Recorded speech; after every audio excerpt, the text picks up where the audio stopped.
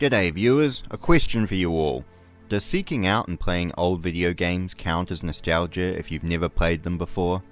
Does yearning for a time now which lost and seeking out all the advantages of past glory count as nostalgia if you've never experienced them yourself firsthand?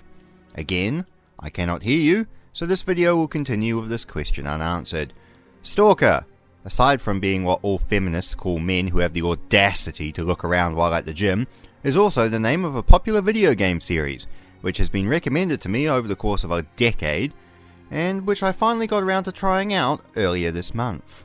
So, Stalker Shadow of Chernobyl, from my understanding, is set in post-alternative history Europe, where reactor number 4 of the Chernobyl nuclear power plant was fueled by magic rather than uranium-235, so when the reactor exploded, the result was a fun time all round. So in this game you play as a brain-damaged Slav with no memory of who or what he is thanks to hideous vodka and methamphetamine abuse, with your only remaining memory being that you need to kill your drug dealer S.T.A.L.K.E.R for giving you dodgy magic-infused meth. And with that you set out into the world of the fictional land of Ukraine, as you encounter strange wildlife, friendly locals, beautiful landscapes, top-class infrastructure, and the consequences of unregulated magic users as you seek out adventure and greater understanding of the world around you. Or alternatively, you become a vodka-addicted murder hobo who sells guns, drugs, and magic-infused random bullshit on the open market. I recommend to become fully immersed as a brain-damaged Soviet crackhead, I recommend setting the language of the game to Russian and turning on Japanese subtitles for the full magic meth-taking experience. Gameplay! So this is an old school first person shooter, pseudo horror, pseudo open world game thing that is quite happy to treat the player with open contempt if they're not paying attention, or if they have brain rot from only playing video games made after 2009.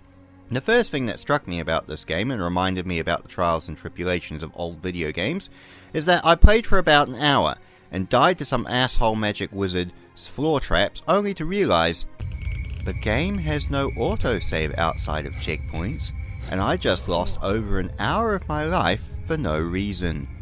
So with higher than normal blood pressure and the quick save and quick load buttons hotkeyed to my mouse, I set off again to try the video game. Now, this game seems to hate me, and it regularly crashed and sometimes buttons would not work at all. Inventory system would not work, and whenever I seemed to cough too loud, it would result in some minor anger-related emotional distress on my behalf as the game decided to die on me.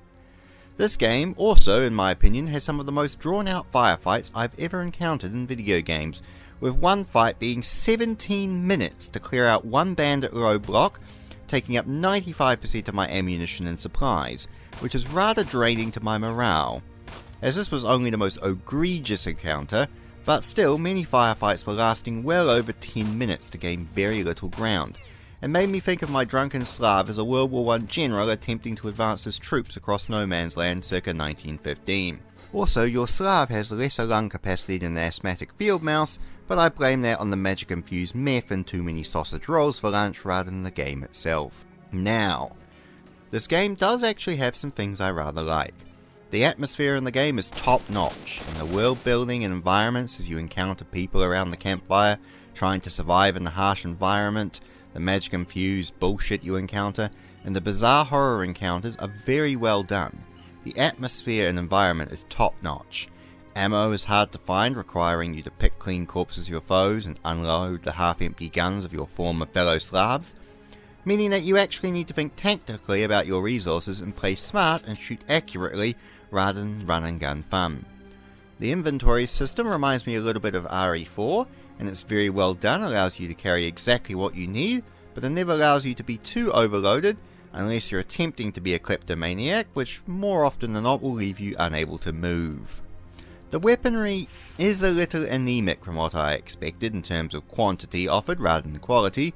I did wish for the entire Soviet arsenal to be on display, but it's still a nice, happy, accurate picture of Soviet-era Cold War weaponry, and anytime I can play around with an AK-74U is a happy day all round.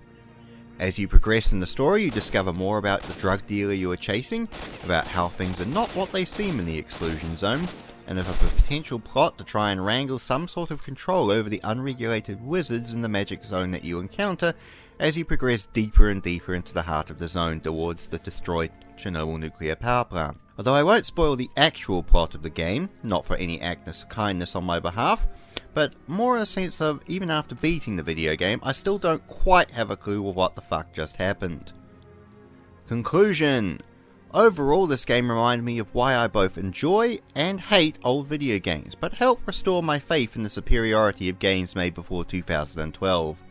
Shadow of Chernobyl kept me annoyed enough to keep on playing, to beat the game just out of pure spite, and overall I rather enjoyed my experience in this Slav dystopia simulator, and kept me coming back after a hard day at work wrangling forest tards in the woods and meadows of rural Middle-earth. I'm not sure if this counts as a recommendation or not, as someone was motivated out of spite, but I am sold by this game and will endeavour to play the rest of the Stalker series at a later date when my blood pressure has gone down.